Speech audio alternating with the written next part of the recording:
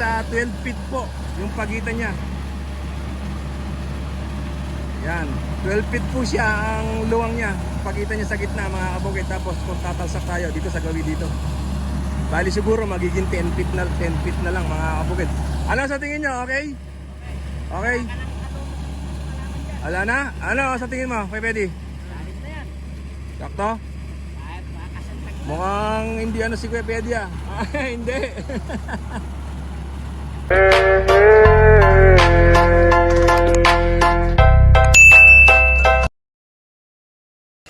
Ito po. Sama na po natin si Kuya Pedi mga kabukid. Nagpapaandar po kami ng makina namin pampatubig. Papatubigan po namin yung ano, yung tatamnan namin ng halaman. Oh, putik na yun. Tatamnan namin ng halaman tsaka milon tsaka pako na itatanim po namin ngayong tag-araw. Yan po yung hanap buhay namin dito pagka tag-araw na po. Oh, anong nangyari? Op. Sayang. Sayang talaga yun. Mahirap mag-akyat ng tubig dito sa taas. Oh. Kailangan po kasi mga kabukid mapuno po namin itong pump na to. Ayan yung hose na yan hanggang sa ilalim. Para pag pinaandar po natin, kukuha ng tubig. Op, dumi na. So isang ano pa. Isang lagapakan pa yan, Kuya Pedi. Doon pa sa baba namin kukunin yan, doon sa baba. Hindi po kasi pwede dito. Wala po kaming daanan dito. Doon sa kabila, sa bana. Teka, susundan natin si Kuya Pedi. Hindi niya kayang dalawa, isa lang. Tapos ito po yung hose namin, pabuga. Ayun po oh. Tapos babaybayan natin yung mga 300 meters pa bago makarating doon sa ano natin. Maaga po kami kasi nasiraan kami ng makina. At actually kahapon pa kami paandar ng makina. So salamat sa mga tropa dito. Pinatay yung makina natin kasi lumuwag yung pump belt. Kung hindi, nako, ubos yung kurudo, walang napatubigan. Ayan oh. Abot. Yeah. Kaya mo na yan? Sige. Sa'yo to. Sa akin niya malaki. Yes. Yeah. Tapos akit namin dyan. Yan ang pinakamahirap. Ihingaling ka. Hiningal ka na? Bagya. Konti. Sa'yo. Sa akin to. Sige. Tulong-tulong. Yeah. Oy.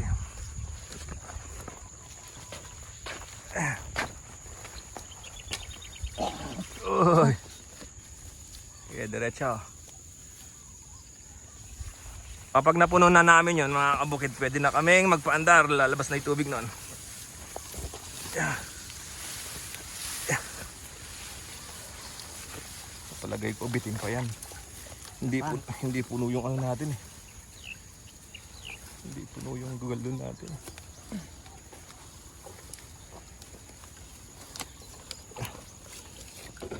So na magsali na kasi kailangan puno namin to.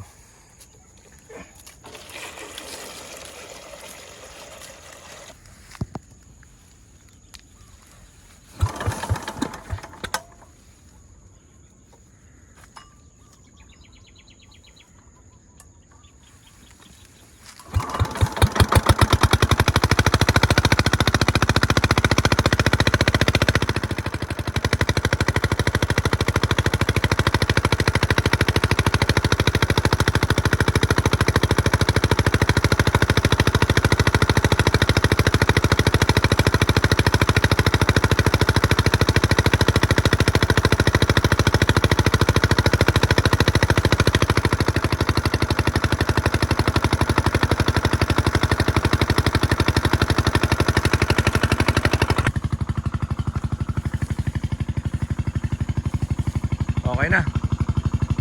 Meron na.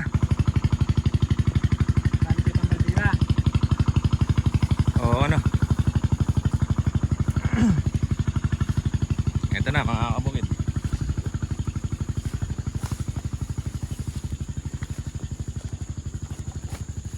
Kailangan may house tayong pambuga. Ayan o. Diyan dadalay yung natin. tubig natin. Diyan bababa, dire-diretso dun sa bukid natin. Pota mo na, ako na yung, alin mo na yung babalik, ako na yung magbalik pota. Po.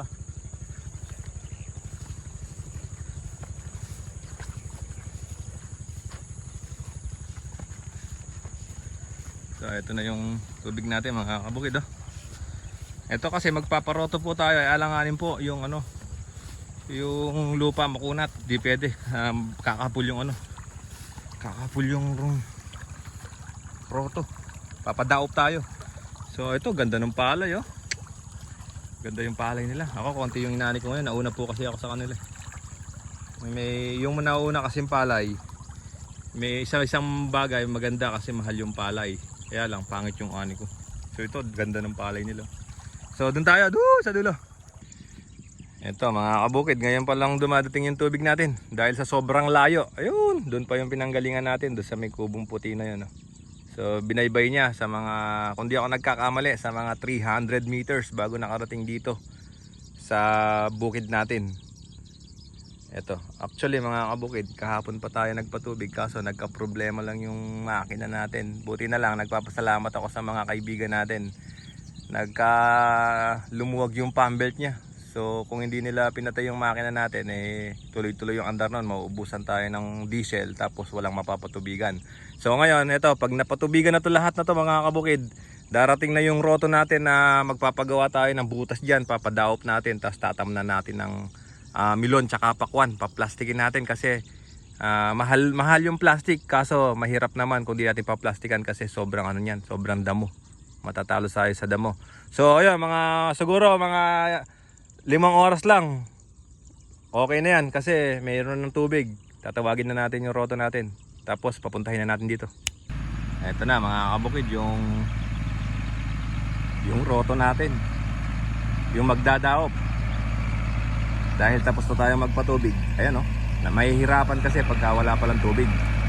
So ngayon, ito, dadaupin tayo, dadaupin yung ano natin, yung tatamnan natin ng halaman, milon at pakwan. Bapang gaya kini na. Up. Bap, kini na, kini lime pa kasagad kini. Kini ya banda. Dalang kini na, dalang kini. Wah, pakanya papunta ka rin. Sulong may pambagya. Hop. Ayan.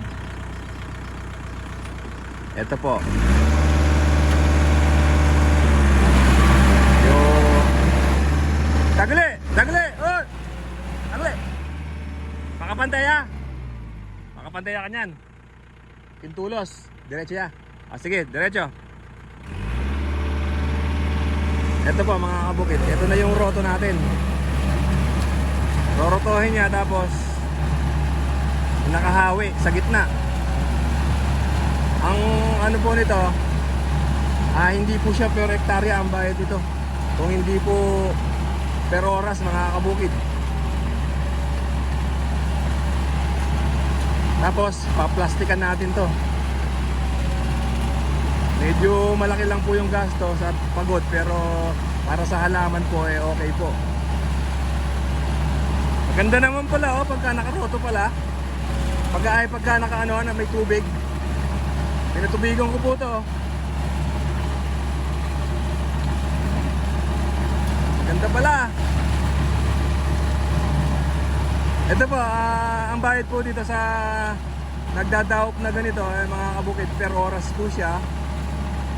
Sa mga yung pinag-usapan po namin, hindi ko lang po alam sa ibang lugar.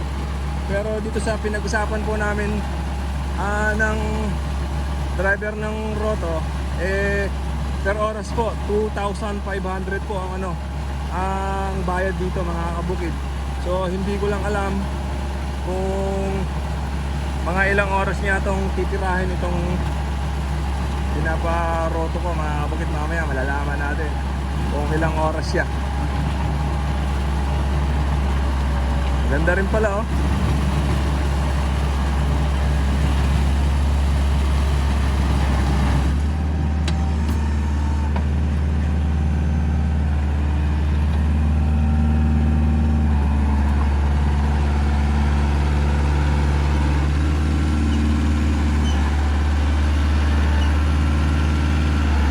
Medyo mahirap lang pala pagkapaliko.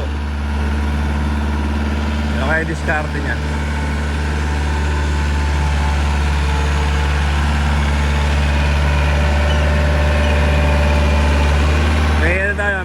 May guide tayo mga kabukid, magkabilang dulo para pupuntahan niya lang yun, no? Tapos yung mga tropa natin. Ano, sa tingin nyo, okay ba? Okay?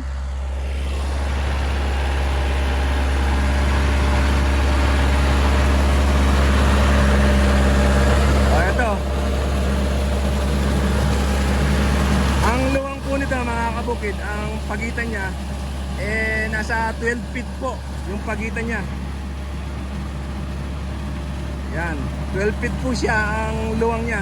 Pagitan niya sa gitna mga kabukid. Tapos kung tatalsak tayo dito sa gawi dito, bali siguro magiging 10 feet na lang mga kabukid. Ano sa tingin nyo? Okay? Okay? Ala na? Ano sa tingin mo? Kay Pedi? Sakto? Mukhang hindi ano si Kuya Pedi ah. Hindi. Ito mga kabukid, isa sa maganda sa paraan para sa paghahalaman. Kaso yun nga lang, pag medyo may gastos lang po. Kasi biruin nyo po, ang oras po nito 2:05. Hindi ko lang po alam kung mga ilang oras niya tong titirahin. Pero mambilis lang mga kabukid, oh. Ang tulin lang. Napakahabang proseso, paplastikan pa natin to. Tulin lang mga kabukid, oh. Titignan nyo, parang ang iksi lang pala, oh. Diyan magsasalubungan yung halaman natin sa gitna na yan. Tapos yung guide natin, ayan, oh. May guide po tayo, plastic. Ayan po, ayan, yun yung op. Woo! Okay. Galing naman pala tong tsuhin ko, ah.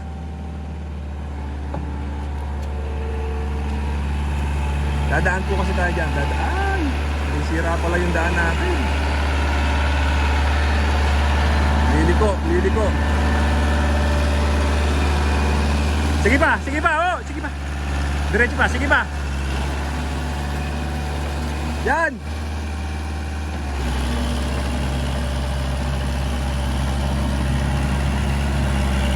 Ang ganda mga kabukid, oh.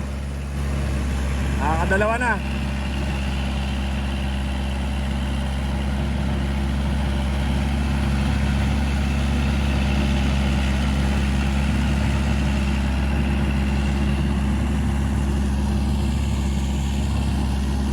Ano? Kung para kaya ka? Pero na? Titak mo, layan. Pero lambot naman ta, tukla mo yung bagya. Walang problema mga kabukid, maganda. Okay daw, sabi ni Kuya Pedi. May konting ano lang, umbok. Pero baliwala kasi pagka may kaumbok, ano yan? Pagka pinlastikan, uumbok. So, konting apak lang dahil malambot naman. So, ito mga kabukid, nangangalahati na po tayo. Ayan po yung hindi pa naroroto. Kung tawagin namin ay sagsag mga kabukid. Ayan po yung tapos niya, oh. O, ayan sa likuran natin, oh, diretso mga kabukid. Ang luwang po niyan, sabi ko nga kanina, 12 feet po ang pagitan. Ayan po yung natapos natin sa likuran natin. So, yung inuulit ko, yung per oras nito ay 2,500. Ayan po yung lakaran na bayaran dito sa amin. Ayan, o, konti na lang, konting tiis na lang. Meron tayong dala-dala mga guide mga kabukid. Dito nagbabase yung ano, yung driver ng traktora natin o yung nagro-roto, nagsasagsag natin o kung ano man yung tawag nyo doon mga kabukid. Malapit na tayo matapos. Ayan, o, konting-konti na lang, pinatubigan natin. Ayan, o, successful, matulin. Kesa dun sa ano, sa walang tubig makunat, nako, mahirapan tayo at saka doble yung oras natin babayad sa kanya. Buti na lang mabait yung ano, yung driver natin dahil tsuhin natin, di naman iba sa atin mga kabukid. Pinatubigan natin.